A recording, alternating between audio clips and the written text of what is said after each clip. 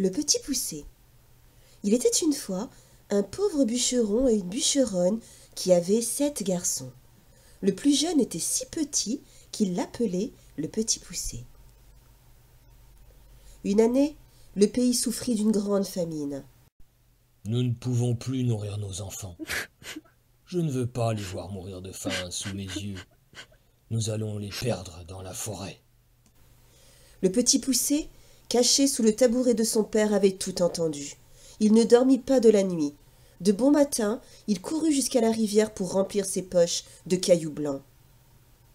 Plus tard, les parents emmenèrent leurs enfants dans la forêt. Pendant que les 7 frères faisaient des fagots, le père et la mère s'enfuirent. Lorsque les enfants se virent seuls, ils se mirent à pleurer, sauf le petit poucet. Il avait semé ses cailloux tout le long du chemin. Ses frères le suivirent et ils retrouvèrent leur maison et leurs parents qui furent heureux de les revoir. Hélas, le pays souffrait toujours de la famine. Le bûcheron et sa femme décidèrent encore une fois de perdre leurs enfants dans la forêt. Le petit poucet, ayant entendu cela, voulut aller ramasser des cailloux, mais la porte était fermée à double tour. Il se dit qu'il pourrait émietter son pain. Les parents menèrent les garçons dans l'endroit de la forêt le plus épais et le plus obscur. Dès qu'ils y furent, ils les laissèrent et s'enfuirent. Le petit poucet croyait retrouver le pain qu'il avait semé, mais il avait été mangé par les oiseaux. Les pauvres enfants étaient perdus. La nuit vint et ils entendirent les hurlements des loups. Bientôt, la pluie se mit à tomber. Ils étaient trempés jusqu'aux os. Le petit poucet grimpa en haut d'un arbre et vit une lumière. Il marcha quelque temps avec ses frères en direction de la lumière. Ils arrivèrent enfin à une maison.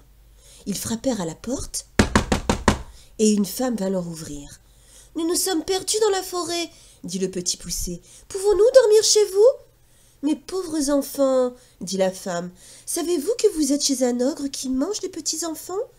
Si vous ne nous accueillez pas chez vous, les loups nous mangeront, » dit le petit poucet. La femme de l'ogre crut qu'elle pourrait les cacher à son mari jusqu'au lendemain matin. Elle les fit entrer et les installa près du feu. Tout à coup, on frappa à la porte. C'était l'ogre qui revenait. Aussitôt, sa femme cacha les garçons sous le lit et ouvrit la porte. L'ogre flairait à droite et à gauche. « Je sens la chair fraîche !» dit-il en allant vers le lit, et il tira les enfants de dessous le lit, l'un après l'autre. Il alla prendre un grand couteau et empoigna l'un des garçons. « Mais que voulez-vous faire à l'heure qu'il est ? N'aurez-vous pas assez de temps demain ?» lui dit sa femme. « Tu as raison !» dit l'ogre, et il alla dormir. Sa femme coucha les 7 frères dans la chambre de ses 7 filles, où il y avait un autre lit. Le petit poucet se leva au milieu de la nuit. Il mit le bonnet de ses frères et le sien sur la tête des 7 filles de l'ogre, après leur avoir ôté leur couronne d'or qu'il posa sur la tête de ses frères et sur la sienne.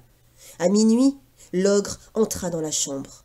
Il s'approcha du lit où était le garçon, tâta leur tête couronnées, alla ensuite au lit de ses filles et coupa les 7 têtes sans couronne. Puis il retourna se coucher. Le petit poucet et ses frères s'enfuirent en courant. Le lendemain, l'ogre, découvrant son erreur, chaussa ses bottes de 7 lieues et se lança à leur poursuite.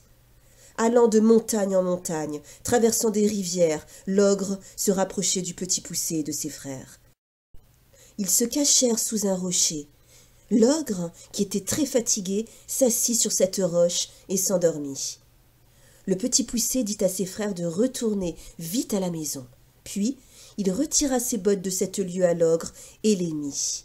Elles étaient magiques et s'adaptèrent à ses petits pieds. On dit que le petit poucet alla chez la femme de l'ogre. « Votre mari est en danger, dit-il. Des voleurs lui réclament tout son or, sinon ils le tueront. Voyez, il m'a prêté ses bottes pour apporter au plus vite la rançon. » La femme le crut et lui donna tout ce qu'elle possédait. On dit aussi que le petit poucet, chaussé des bottes de l'ogre, alla trouver le roi et lui rapporta des nouvelles de son armée qui était à 200 lieues de là. Le roi lui donna une grosse somme d'argent et le petit poucet devint son messager. Il était aussi devenu le messager des dames de la cour, qui le chargeaient d'apporter leurs lettres d'amour. Quand il fut devenu riche, le petit Poucet retourna voir ses parents. Il les tira de la misère et installa ses frères à la cour du roi.